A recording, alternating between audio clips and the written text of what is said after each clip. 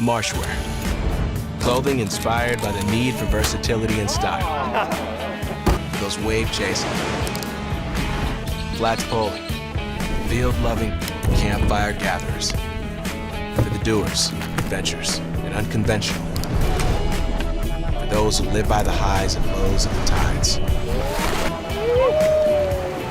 For those in pursuit of good times. Thomas Brothers Productions. If you've been enjoying the podcast or the videos we've been making through it, it's an extension of our video production company that we've been creating for the past 15 years. So if you have a brand, company, or a product, we make high-end commercials, storytelling documentaries, and compelling product videos that help your brand grow or get your story out there. This episode is brought to you by Hurriali, serving nourishing treats for the mind, body, and soul.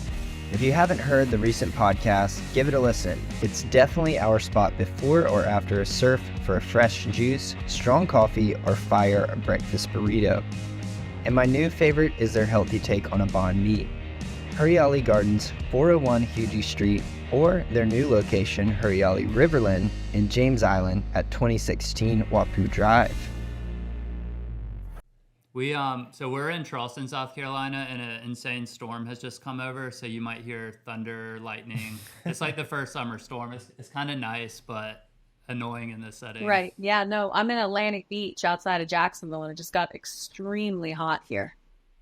Yeah, I know. I wish we could have come to Jacksonville to do the interview so we could maybe get some waves. It's often a little bit better there than in Charleston. I was going to say, how often do you guys get to surf up there? I mean, it's pretty similar to Jacksonville, but it's just a little less. I think you all get better days. We did a podcast with Cam. So you commented and you were like, East Coast, baby. And I was like, oh, that's cool. Like, she's repping the East Coast. Like, I know you're from here, but I don't know. I just thought that was cool. And then when I think about the East Coast and very like prolific people who've done a lot for the East Coast, I thought of you and I was like, man, that'd be cool if she could come on the podcast. So I reached out and you said you were into it. And then we never could schedule this thing, but here we are. We've made it. I know. I'm absolutely honored and thrilled. Thank you guys. I appreciate it. Yeah. And I know one time I reached out, I didn't hear back from you, but I went on Instagram and I saw that you were in Australia for like the Bells comp. Is that right? Well, I mean, I guess just through, past professional surfing days, I started spending time in Australia when I was 10 and I was able to gain residency there by the time I was 12. I talked to the right people. And so I spent so much time in Australia as a kid, and I have some of my best and longest friendships over there. And my husband and I went over there and ended up being there for 2 months. Mainly we were there for, rehabilitation because of his, he has a lower back injury that he's been fighting for the last 2 years. And Australia just provides such a great platform of physiotherapists and a holistic approach instead of surgery. So we were there, and then I, reconnected with Stephanie, who's one of probably my oldest friend, and was able to surf Bells on one of the lay days. And yeah, it was great. Australia is fantastic. I mean, there's not a whole lot bad I can say about the country. Yeah, we've spent some time over there. I absolutely love Australia. Wait, so how did you get, did your entire family get residency or? No, just me. I went to Australia when I was 10, and my oldest brother took me over there, who for my duration of my career was my manager and coach and guardian and teacher, and then I things started to snowball within surfing for me, and I started to gain a lot of traction and started doing more and more events. I mean, I really started over here in Florida with the ESA and, surfing all the ESA double points up and down the Florida coast with Mitch Kaufman running the show, and then ended up in Australia. And Rabbit Bartholomew and Lane Beachley saw me and around a couple events. And then my brother and I spoke to them and said, hey, what do you guys think about helping me gain residency over here to say that I'm going to use, patronize Australia as far as using Australia as my training grounds. And they said, yeah, let's see what we can do. So it actually went through the government and they passed it and I gained residency at 12. But unfortunately that expired when I was 18 and I was unable to renew it because they were like, I think you've spent enough time here with your residency. I guess you got the friendships out of it, so you always have a place to That's stay. all that matters in the end. Yeah, just the experiences and the friendships for sure. So I know you're on the East Coast and you had your Australia thing, but there's also a Panama connection. When I think about your upbringing, it sounds like a movie. So were you born in Panama or? Yes, no, I am. I'm super blessed. I feel like if I was to die tomorrow, I've already lived such a full life at 36. But yes, I was born and raised in Panama in the Canal Zone in a small town called Gatun. It overlooked the Gatun locks. And my dad was a pilot taking ships through the Panama Canal for 23 years. And my parents went down there in the 70s and they were like, let's try it out for a year. And then they ended up staying for 23 years. And I was born in 88 down there in an old Army hospital. And I grew up there until I was 12 or 13, running around the jungle with a machete in my hand. That's insane. Wow.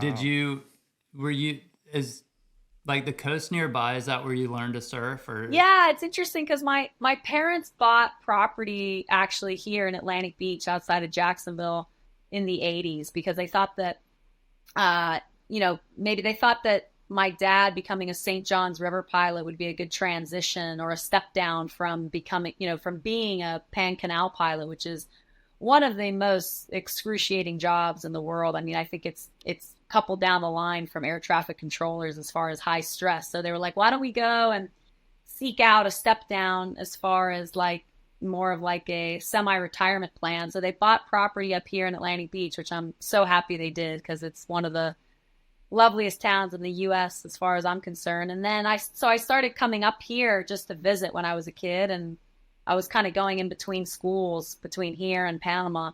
And then I really did start to surf up here when I was like 8, 9, getting pushed into my first couple waves. And even though I surfed in Panama, I would definitely credit North Florida to be my breeding ground for surfing.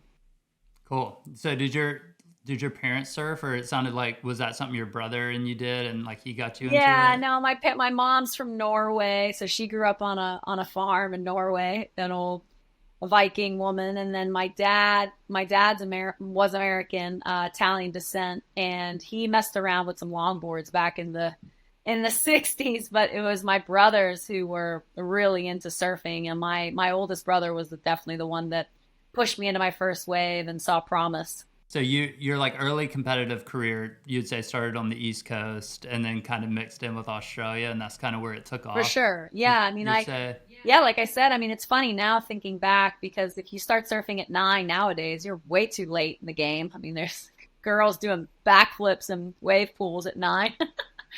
But but I certainly, like I said, credit 100% North Florida and the Eastern Surfing Association for getting my career started and snowballing, and then went into NSSA and did all the amateur events throughout the U.S. And then when I went down to Australia, I mean, they just got an insane breeding ground for surfing down there and all the pro juniors. And so I got very affiliated in everything that was going on down there competitively, and kind of went in between doing all the U.S. amateur events and the Australian amateur events, and then slowly kind of worked my way up the ranks, which then ended up being on the QS and then finally on the CT.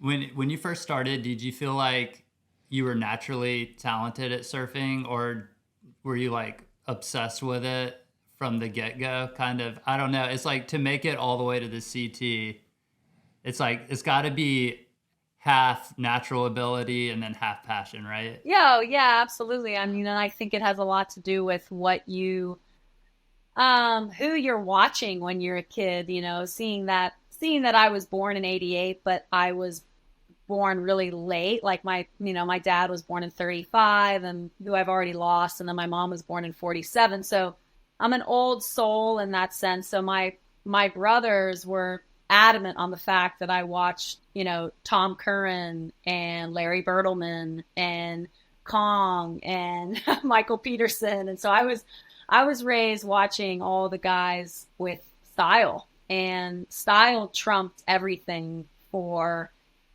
me growing up, which seems to sadly be leaving us a little bit nowadays within surfing. But so it was hard. I think when I was a kid, I just wanted to have fun, and I hated the thought of competing so much I would lock myself in my bedroom door, even when the ESA events were on. But I slowly came around, and I think the biggest thing for me is when I was a kid, like 11, 12, 13, I competed against the boys a lot. Like every event that was going up and down the East Coast, I was always in the men and knees or the boys and the juniors. And when I started beating the boys, I was like, all right, maybe I got something here. Who are some of the guys you were competing against in those early days? I mean, all the local guys from Florida, like Cody Thompson, Evan Thompson, Dane Jeffries, Wayne Satterwhite, and Jan McGovern. Like all the, even Eric Geiselman. Like I wouldn't, there was times where I wouldn't win a lot at all, but there was a couple moments where I'd make some heats and beat some guys, and that felt really good. And I think it was huge for me, and I recommend it to any girl to compete against the guys, because they're so much stronger, better, faster, and they have such a great way with separating their emotion once they're out of the lineup. And that was the biggest learning curve for me. And not to mention just the friendships that I made as a kid back then that I still have to this day. They're like brothers to me. So what about the up and coming crew that you're seeing right now, especially the girls in North Florida? Is there a good crop? Oh yeah, no, it's phenomenal. There's a girl named Linnea Mons who I'm dear friends with their family and her, and she's phenomenal. I'm so excited to see what she does and where she goes, and they are on the circus, like I just think back at what that life was like, and it's nonstop, but they're absolutely going for it. And you need to just put your head down, and if that's what you want, you give it everything you can. So I'm so excited to see where she goes with her career. Yeah, that's awesome. And I mean, you probably do get asked a lot advice for the younger generation, and whether it's like a viable career right now. Do you think, like, everyone who loves to surf just wants to be able to surf the rest of their life? And so, but what do you tell that younger generation of when they're like, what do you think should I go for this to try to be a professional surfer? Yeah, no, absolutely. That's an excellent question. And I've been asked that more and more this year and the last year, especially with the massive shift that the surf industry has seen. I was really fortunate to be in the era that I was in, because, it was post Frida Zamba, post Lisa Anderson, when really things started to shift and women's surfing really started to showcase a platform. There were several incidences that happened throughout my career that were quite prolific, that made a really big impression on me in regards to being able to convey that knowledge to a younger generation. And one in particular was I approached Sobe at the time, which was a division of Pepsi Cola. And my brother and I went in and had a meeting with the head of marketing for Sobe. And this is pretty cool to kind of see how much times have changed, especially for within equal pay in sports and just equal respect within men and women in sport. And I sat down in the meeting in California with the head of marketing for Sobe. And I was probably, at the time, 18. And he said, "Oh, we don't work with women athletes. We want to have nothing to do with female athletes." And I was like, wow. I was like, that was blatant. I mean, at least it was straight to the point, right? And at the time, they were endorsing like Garrett McNamara and a couple other surfers. And so we left the meeting and we're like, okay, well, that was interesting. And my brother, had had an amazing head on his shoulders in the sense of, well, I don't care. I'm not going to take no for an answer. We're just going to go out and create it. So we flew down to the Mentawais in Indonesia, and we shot, a ton of amazing imagery with killer backdrop and in a super bright bikini. And this was days back when we were shooting on film still. We weren't even shooting on digital cameras. And we blew up we finally got an image that I was doing like a carve on a wave at Burger World, and was really tropical and beautiful in the background. And we blew up the image, and we dropped in the Sobe logo on the image and made it all graphic, made it all look really cool. So then we're like, hey, can we get another meeting with you guys? We're like, yeah, all right. So we went back into the meeting, and we dropped the photo down on his desk and said, well, what do you think about working with female athletes now? And they were so flabbergasted at the image that it ended up becoming a billboard on the Sunset Strip. Whoa. So never take no for an answer, and always be innovative, and always try to think 3 steps ahead of what is going on currently. And, for me, it's funny to even say this at 36, but, I would go around at trade shows, a surf expo, with a portfolio, with a hardback cover, flipping through, laminated pages. Oh, I was in surfing, and I was in Wahine, and I was in ESM, and I got an ad for Freestyle watches. And this is what you went around showing other companies in hopes to get an endorsement. Now it's on Instagram. Now it's all digital. So now with print being gone and everything being digital and on your phone, that is your platform, and that's your showcase. And people like, women like Coco Ho are doing exceptionally well because they're aggressive and they're relentless. And I just don't, for me with Instagram, I guess it's just because it's my age and my era, I find it exhausting. So I have to try so hard to, I guess, be in the sense that like people actually do care to see what you're doing, and not think that people don't care what you're doing. But do you think that a girl coming up now can totally skip competitive surfing and just approach it from like a marketing free surf? Because kind of like I feel like Coco's on fire now that she's off tour, but she obviously had her start and, got her name through all of that. But do you think it's entering a phase where they could just do that? Oh, big time. I mean, I was so lucky to see Coco in Hawaii and Australia this year. And I told her, I said, man, you're thriving. I said, you're doing better now than you ever were when you were on tour. And it's so refreshing to see that. But, taking into consideration that she did have competitive surfing and have all that time on tour as far as a fundamental foundation to get her to where she is now. But yes, it's a great point, because I do think that you can do it. And I think that you can do it now more than ever, because in my opinion, surfing's a lifestyle and it's not a sport.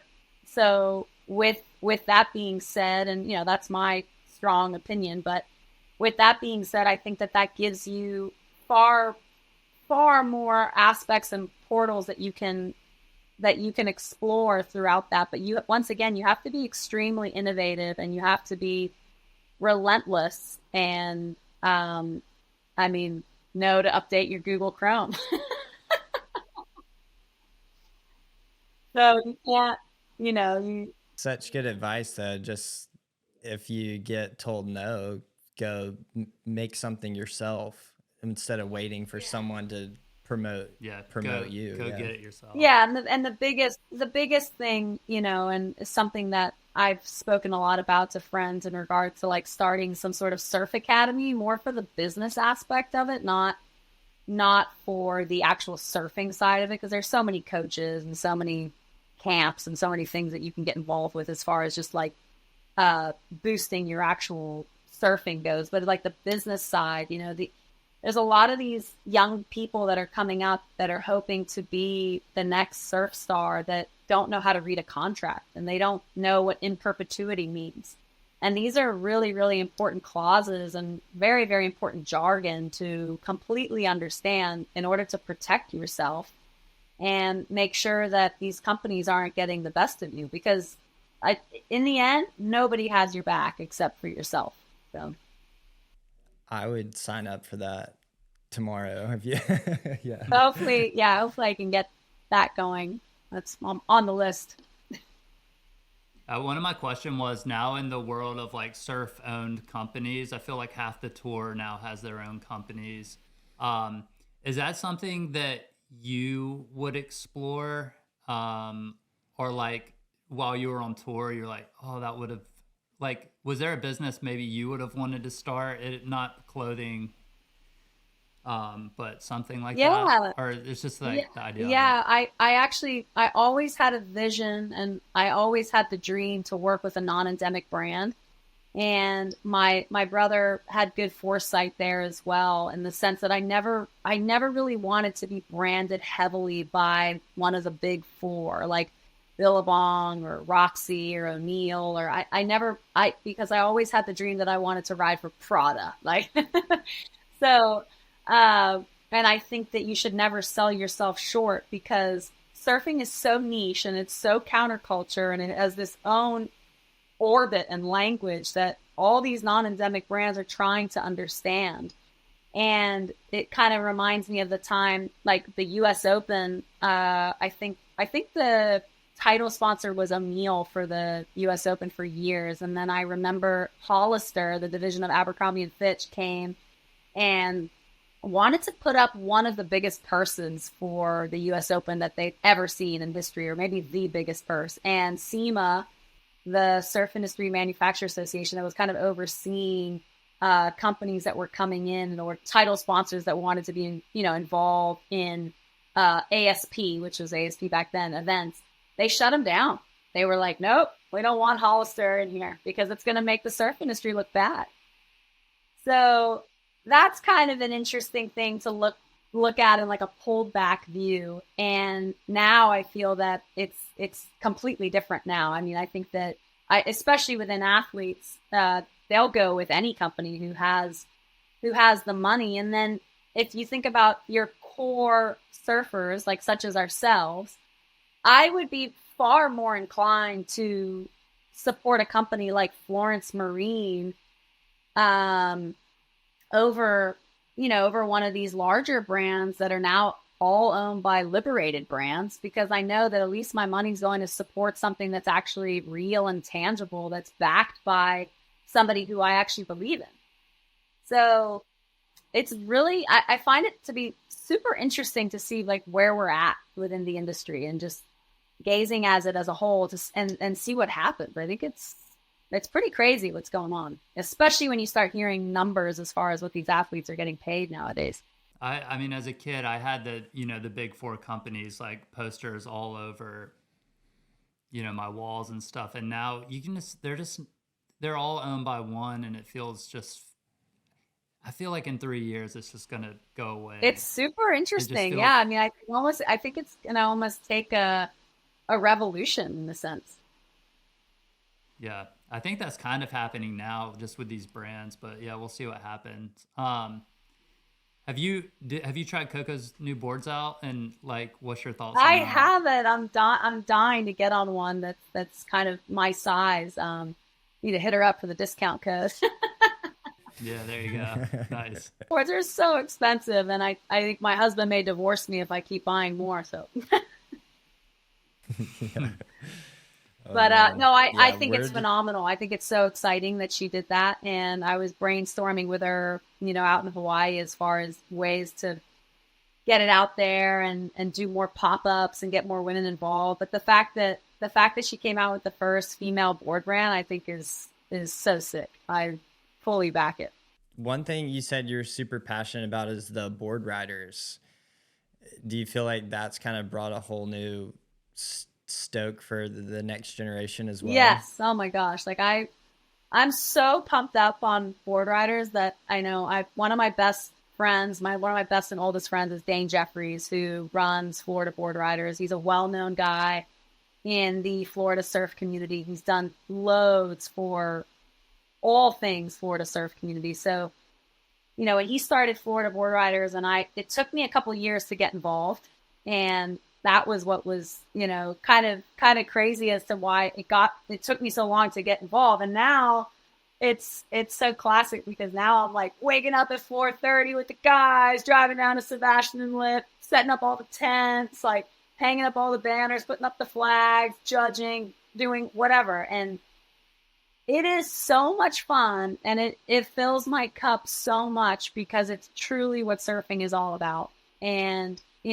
looking at like what happened earlier this year with the Usher Cup down at Snapper Rocks, and how Rabbit Bartholomew invited, 4 U.S. teams to come out, and like Space Coast board riders went from Florida, and then Sebastian Zientz's team went from Kauai, and then there was a California team, and like it was really, really cool to see all these guys and girls that were, ex-pros that were still relatively current, but yet that they weren't in the limelight so much that you kind of forgot about them, and to see how truly ecstatic they were on the board riders. And, Sebastian's quote when they won was like, whatever you do, start your board riders club today, because it is so powerful. It is so moving. It's such a force because it all revolves around community.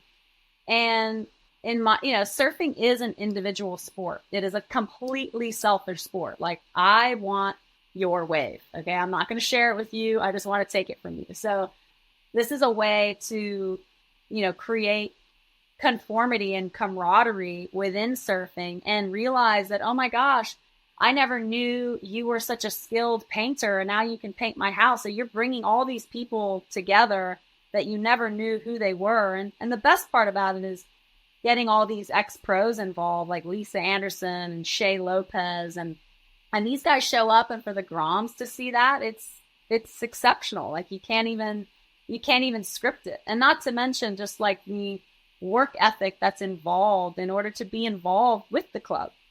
And, as much as I love my club, which is Jack's Board Riders, but I love to see clubs like Flagler. Flagler Board Riders, in my opinion, is just the most phenomenal club. They're such a unit. They're down there like daybreak. They make the biggest mess in their tent. They got grills and donuts and coffee and you name it. And the vibes are so high. And then they're the first ones to clean it all up, pack up, and then help all the other clubs. And I'm absolutely fired up on board riders. I think that is, in my opinion, will be a large contribution to the revolution of surfing in a competitive aspect. And it's going to breathe like fresh life and fresh air into it. And it's a real shame, I guess I see the challenges that the WSL faces as far as granting current WSL surfers the permission to be affiliated with the board riders, because you can't if you are competing on that level. But I would hope that maybe there would be some leniency there in order for there to be, those higher spectacle icons, such as, your high grade tier, higher tier WSL surfers to be involved. But we go out to Lowers next week for U.S. Board Riders Champs on Saturday, May 18th. So we are psyched. Who's on the roster? Who's on the team? Well, the 2 clubs that qualified from Florida are Jack's Board Riders, our club, and Space Coast. And there's like the divisions are like 50s, 40s, 30s, 20s, 15 to 19, and then under 15, and then open women's, and then each division gets 2 surfers. And it's That's that awesome. much fun. I mean, when we went out there last year, it was so classic. I mean, you see people that you were like, dude, I haven't seen you in 20 years.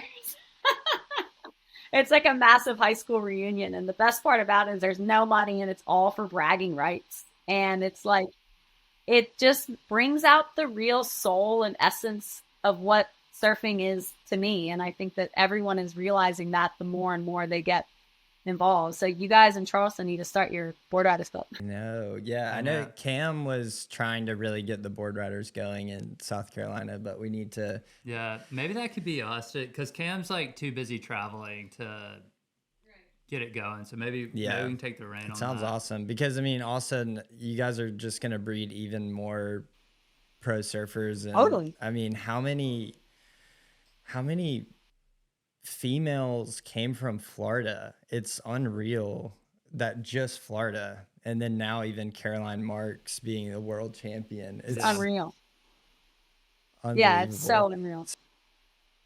Yeah, South Carolina, we definitely have to step it up. Well, you can. It's never too late to start. So I highly recommend it. I mean, it is so much fun. Has a female on the East Coast qualified for the World Tour that wasn't from Florida? Well, Caroline Marks was the last girl before me to qualify for the championship tour from Florida. So that's Yeah, but has there been another state? I don't believe there On the is. East Coast. on the East Coast. Yeah. That's a good question. No, I don't think so. But good question. You think you'll get the W this year for board riders? I hope so. I don't know. I mean, it's just like lowers can be so lully, like you're sitting out there waiting for a set for like 15 minutes. And yeah, I think you only have like an hour block. So, or 30 minutes. It's short. So you're like, oh, I'm so stoked to be able to surf lowers with 2 other people out. But then you're like, shit, I'm only out here for like 12 minutes. That could be like 2 sets at lowers. Yeah. Man, but if you have the Thompsons, we grew up watching Cody and Evan's like YouTube video of them surfing lowers, and we were just like, these guys are doing it. Phenomenal. They have so much raw talent. They still surf so good even to this day, like unbelievable. Oh yeah. Yeah, that's like how we filmed a lot of surfing, and that's one of our big starts was with the Thompson brothers.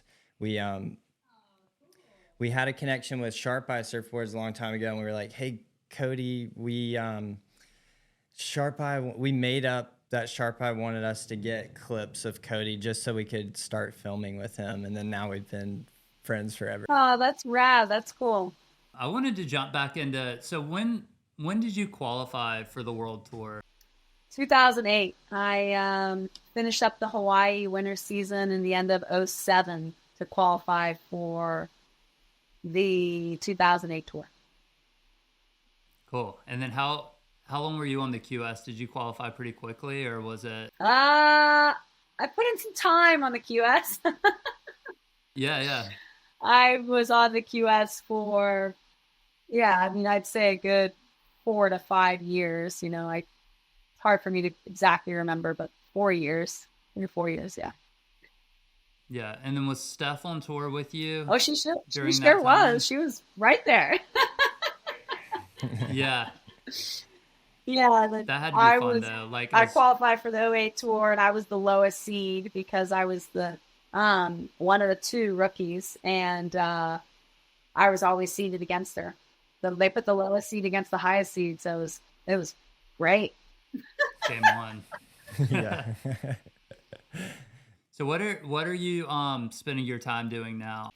Now I do so many different things. I have my hands in like so many different baskets, which is fun. I'm a little bit of jack of all trades, but so working within the board riders is such a passion for me. And then I also run a vacation rental business in the Bahamas. I spend a large portion of my time in the Bahamas because I'm married to a Bahamian guy. And so we have a whole other life going on down there, which is great. And so I'm in the full realm of hospitality, which is interesting, but it comes natural because I think as a surfer, you are constantly producing your own life and your own trips and solving problems and running all the logistics and coordination. So it comes pretty natural, and I really enjoy that, creating experiences for people. And then I also do creative production. So I started a boutique creative production agency called Out Island Creative. So I work with a lot of clients, mainly based out of the East Coast, a lot of clients out of the Carolinas, like coastal apparel brands that want to use the Caribbean as their showcase for their shoot. So I really enjoy doing that. I'm just thinking you have probably like 100 waves down there that you don't tell anyone about, that you're just like scoring surf all winter. Yeah, in the Bahamas. Yeah, no, there's a lot of waves down there, man, that nobody knows about. It's pretty unbelievable, but they're pretty hard to get to. We spent a lot of time in Puerto Rico. I feel like I see you down there I a lot love as well. Puerto Rico. Oh my gosh, I've been going there forever, and like I absolutely adore Puerto Rico and Brian Toth, Wesley Toth, the Graveses. I mean, they are some of my dearest, oldest friends that I treasure. And oh my God, I love Puerto Rico. I spend as much time down there in the winter as I can. Is there, as much as like the waves everywhere besides the East Coast are so fun, is there anything better than scoring a good day on the East Coast though? When's the last time you just had a session at home that Just trumped all the other? I know. Isn't that awesome? Like, that's such an interesting case study, because, you know, I get asked all the time by people who just don't really surf and don't know too much about it. And they're like, oh my gosh, where is your favorite place to surf? And you've been to all these places, and oh my gosh, like where's your favorite place? And I'm like, I think it's the North Jetty, isn't it? Like, like, I mean, it's true. It's like you get like a pumping hurricane swell at home, and the waves are just all the time, and you're out there with all your friends, and like it doesn't get any better than that. And I mean, my favorite time to be in Jacksonville, Atlantic Beach, is all during hurricane season, like August, September, October, November. I think those are my happiest moments in surfing for sure. Yeah, the hangouts after those sessions just hit differently. It's the best, man. Like it brings me such a smile, like just even thinking about it. So and it's hard. It's hard because it's like, that's our off season for the vacation rental business. So like those times during the year, because it's hurricane season and nobody really wants to travel to the Bahamas, then we use that time to do all the maintenance on the houses and get everything ready and prep for the oncoming like onslaught of the winter season. So I'm always like trying to play hooky and come back home to surf hurricanes. Even though it's like pumping in the Bahamas, I'm like, no, I want to go home and surf with my friends. There's something about this smell. It's just like everything about it. It just hits. It's totally. weird. I love that. That really makes me happy to think about it. What kind of, like, I see the boards behind you right there. Even when the waves are good, do you tend to, like, are you still get on a proper short board when the waves are pumping, or do you love to play around with different crafts? No. It's funny. It's like I ride everything. Like, I mean, I totally ride ASIMs, twins, single fin, short boards. Like was riding like one of Steph's boards that was made out of cork in Australia. It was incredible. Like, I'm so open to all kinds of craft, but fortunately, Channel Islands has been so kind to me over the years, and I still have such a great relationship with those guys, especially Scott Anderson. And they are just always willing to work with me with providing me with boards. And so, but yeah, I mean, it's like something you've always done. It's like you never really want to give it up, because, you know, people are like, gosh, why are you out here on a thruster when you could be like laughing your ass off on a twin fin? You're like, well, because it's like I still want to just make sure I still have it a little bit. So yeah, I'll definitely surf a shorty even when I'm like grumpy and I don't want to paddle that hard. But no, I love it. Like I love experiencing with all different types of craft, and that's what's really cool within surf right now, is there's so many different boards to try and ride. I feel like it's such a wider spectrum than it was 15, 20 years ago. I love where Channel Islands is at right now with all their different models. It just feels like they're in such a good place. Totally. They're solid. And I think one of the main reasons is because they are backed by so many of their athletes, and they are really a tight-knit unit, and they're such good people. I guess goes into the last contest that you were in. The single fin hoedown. Yeah. Cam Richards was there as well. Yeah, it was so fun. So Fat Tire puts on this event once a year in St. Augustine, the oldest city in the United States, and with the greatest help of Chris Rapero, helps run it with the Fat Tire guys. And Fat Tire is such a good beer, so it's like I'm like not only going to do the event because the event's so much fun, but the beer is actually really good. So it's the best event. Like, once again, there's another great example of like putting more soul and fun back into surfing. And it was really cool to see Surfline covered it. And I specifically made my stay shorter in Australia to fly back specially for that and do that event. And it's always such a killer turnout. And was telling the guys at Fat Tire during the event, I was like, you guys have to expand this. I mean, this almost could be like a mini circuit throughout the U.S. and do one in the Northeast, Southeast, West Coast. It's so much fun. I loved every minute of it. It did. It seemed like people were like, what was that? That looked amazing. And then Surfline covered it. It's so fun. Like everything goes and there's not like too many rules, and then the guys that show up for it was like insane. Like Rasta Rob, Justin Quintal, Cam Richards. And it was a killer showing like in the guys department. And there was a couple of amazing girls as well, but I'd love to see it grow to be bigger and better because it's a proper event. It draws a big crowd because everyone's running around in wigs and costumes. And yeah, you guys should come down for it. It's hilarious. I'm starting to see a trend with you though. You're always leaving to come back to the East Coast. You whether it's to surf or just a single fin. Oh, I know, totally. No, I'm definitely East Coast proud. I am pretty hardcore. I think I was on the North Shore recently and I saw Tom Survey, the photographer, and he kind of like didn't.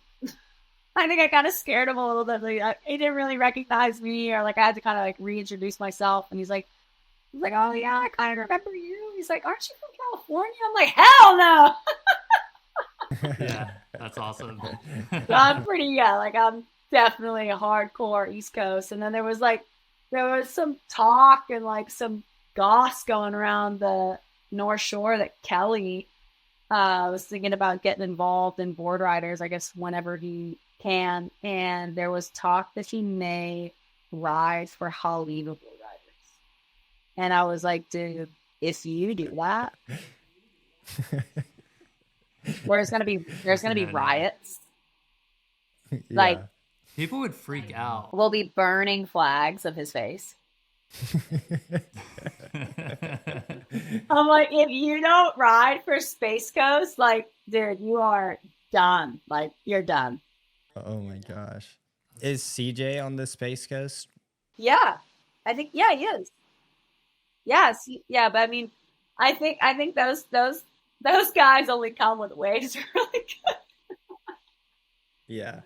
How many contests are there for that a year, or is it multiple? Is it like a full season or just specialty No. event? It's a full season. Yeah, there's okay, so it's divided. It's divided into the South Division and the North Division because now Florida has so many clubs that they're able to actually separate it. So the North Division competes against the North Division, and then the South Division competes against the South Division. So then they kind of work their way through quote unquote quarters, semis, final, and then the top two of the South and the top two of the North compete at the end.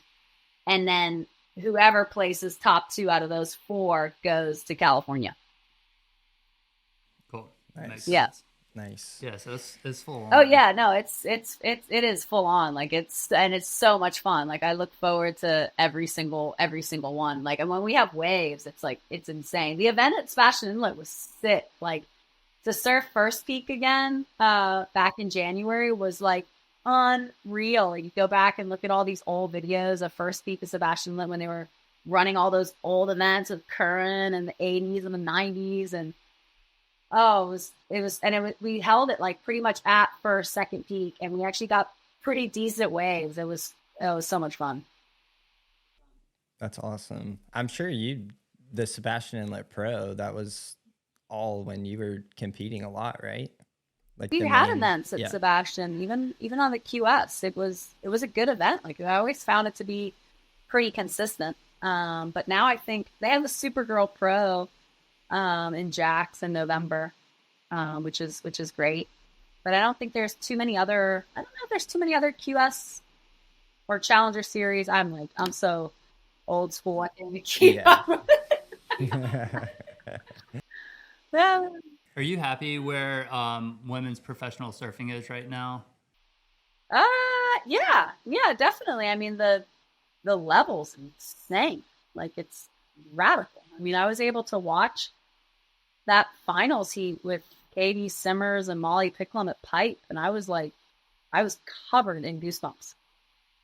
I couldn't even fathom what I was watching. I was like, I was like, if someone told me that this was going to be happening when I was 16 years old, I was like, you're out of your mind.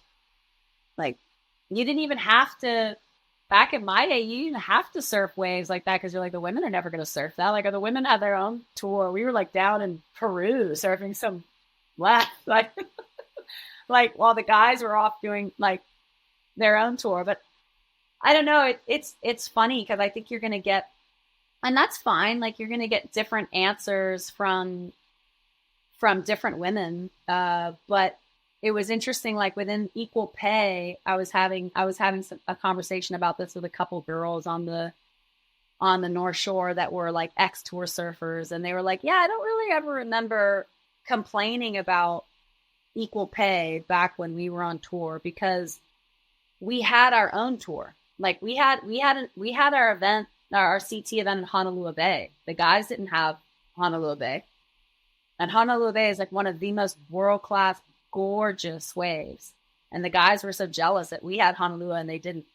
So I don't know, like, in a way it was kind of cool that the women's had their own tour because it was like we were profiled and maybe highlighted in a different way, even though we were making less money because we weren't like sending it over the falls at, Chopes or Cloudbreak. But now it's like, now that the women do have equal pay is also phenomenal because it pushes the level and the men and the women are together and the tour is far more tight knit. So I guess there's just two really different ways of looking at it, but I am really saddened to see, with the level being so high and the women pushing so hard to cover so much ground, because the fact of the matter is the women just didn't have the platform that the men did for as long as the men did. That they didn't, because we didn't need to surf those waves. So I want to see them incentivized more in the sense that, well, now they're putting in all the effort and the hard work and sending it over the falls on life-threatening waves, and I just don't see the backing within brands and endorsements, and that makes me disheartened and sad. Like, I just don't think it's fair that you have athletes that are professional athletes, and that is their job and their life and their passion. They're putting everything in it, and they don't have a logo on their board. So I see something really wrong with that. And then that kind of goes back to what we were speaking about earlier, as far as just being really, really innovative and trying to figure out ways that you can tick all those boxes to be the total package. You were there for that final? We were able to watch her from the Billabong house. So we had like front row seats, which was outstanding and like so unbelievably cool of those guys. But it was interesting that surfing has become, I don't know. It's funny. I mean, I don't know if I get in too much trouble for speaking too candidly, but surfing just becomes so serious, like it's lost its edge a little bit in the way, like the talent. It's interesting because it's such a juxtaposition in the sense that the talent has never been so high. The talent is mind blowing. However, the culture of actually what it is like think back in the days of like Andy and Bruce and like how hardcore and how raw that was. And like the rivalry between Andy and Kelly and like that doesn't exist anymore. That from what I can see. And like, even the parties, like I don't party anymore and I don't drink anymore. And it's like, I don't do any of that anymore. I did it. Yeah. But it was a lot of fun and I don't regret it, but it was like, it's almost like surfing's lost its edge a little bit. It's lost that little bit of that rock and roll that we all love. I think there's going to be room for a resurgence of like a side tour or something. There's definitely room for something. I don't know if like Stab's going to do it or somebody, but it's the hoedown. It's a single fin. It's the thing. Oh, that's what it is. Okay. She already said it. Yeah. No, it was funny because I was speaking to one of the guys, in Hawaii that was heavily affiliated with one of the bigger brands back in the days of like Andy's time, and we were just talking about like how Volcom and Billabong used to compete as far as just like what the after party was after the pipe event. You know, like who could throw the biggest party, and the crowd that it would draw, and like the rage and the desire and the like this the genuine following that would create, you know.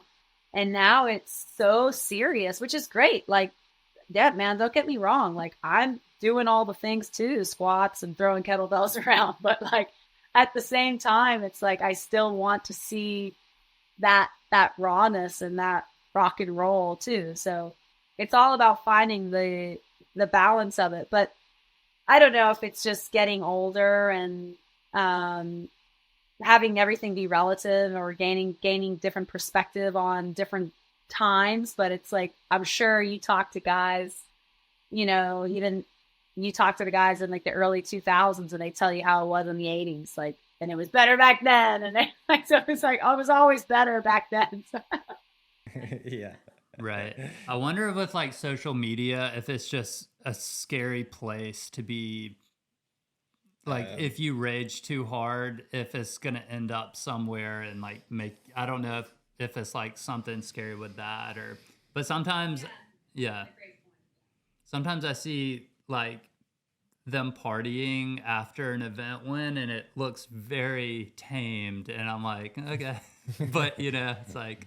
Totally. Oh yeah, no, 100%. Like that's spot on. Like that's exactly what it is. People are too scared because everything's documented now, and everyone's got a phone out, and everyone's recording everything. So people are too scared to be, you know, subjected into that. Oh, now you're in that column. Like, oh, you're that guy or that girl now. And not to mention, like with Instagram, it's now just everything's so oversaturated. It's just saturated with content, and it's like you don't even need to be high level. Like, as long as you look good and you can surf decent, I mean, any Joe Blow, anybody that knows a little bit about surfing is going to follow you because they're like, oh, that looks cool and that looks fun. And it's like, and then at the end of the day, you're like, well, what am I doing? And like, how am I actually going to set myself apart from because your attention span on Instagram nowadays is so short because you're just constantly flooded with all this content of all things surf. So I don't know, it makes you wonder a little bit as far as like innovation and how to set yourself apart in order to, I guess, stay relevant and also keep yourself interesting. Yeah, I feel like I see young kids like trying to do maybe stuff they don't even really like. They're just like, I'm a musician and a skater and a surfer and an artist and a this and that. And it's like, just be true to yourself. I feel like Rasta Rob is like one of the more core dudes right now. I feel he's just like in his Oh lane. yeah, big time. He's amazing. He's totally in his lane. Also, I mean, surfing is just the best part of it is that you can travel to go do it in so many cool places. And I feel like you've probably been everywhere. Back to that younger generation, do you think young kids need to travel to get that exposure? Yeah, I mean, I guess it depends on where you're based, right? You know, if you're fortunate enough to like Coco Ho she's a great example. If you're fortunate enough to live where she lives, like, you know, Rockies, Wheeland, like, yeah, you're going to produce some incredible content in your backyard. But no, like if you're living in Atlantic Beach or Jack's Beach, no. In my opinion, you know, but that's me, you know, but no, it's not, you're not going to cut it. Like, you have to travel, you have to, you know, new activity is breeding new activity constantly. So you have to consistently be putting out fresh content. That way people are like, oh, wow, this, you know, something's actually happening here. This person's moving and grooving and producing new things. So I don't think it's, because at the end of the day, if you want to make a business out of this and you want to make your life out of this and your life's earnings out of this, the company's going to look at you and be like, okay, well, how by me supporting you or endorsing you and paying you, how am I going to sell my stuff? Like, are you actually going to be moving product for me? How are you moving product for me? At the end of the day, you have to think what they're thinking. So I guess that falls down to where you live.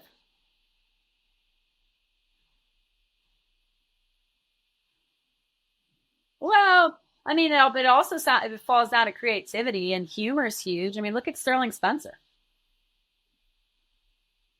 Sterling Spencer lives in the Gulf. That's like one of the flattest places on earth. I mean, they do get waves. I'm sorry, they get waves. They get yeah, but Sterling's unreal. I mean, look at what he's doing, and look at his story and the movie he put out about his head injury, and like it was fascinating. And there's a perfect example of innovation and creativity. And he's hysterical. And fiending to watch the next one. And it's like I'm like DMing him like funny stuff that I see in hopes that he'll use it as inspiration. So there's a good example. But like he thought outside the box. He, like you said before, he picked his lane, and he's like, this is what I'm good at. I'm doing this. The funniest dude. I was in Panama actually, and he was there filming, I think it was, one of his major films, Gold maybe. And I came home just trying to explain to people how funny he is in person. Like, but but now people can kind of see it because he's just like fully being himself. It's pretty awesome. He's a legend. Like that. When I look at that, I'm like, that is gold. Just like I remember back in the day when he was trying to compete, it just seems so forced. Like I'm so excited to see him where he's at. I'm so proud of him. I had a question so if you were to go on a surf trip and you could pick any wave and you're going to film a movie part right now, what is your perfect wave, and then who would you have in the water with you? Oh, that's a heavy one. Oh, that's so heavy. I'd probably pick Southern Mexico if I'm just going to be snappy with it. Because I'm a sucker for right hand sandy point breaks. So that's easy. It's hot. Waves just churning like a machine. I definitely have Steph with me for sure. And I don't know. I mean, just like good buddies that would just make you laugh, like Jimmy Wilson and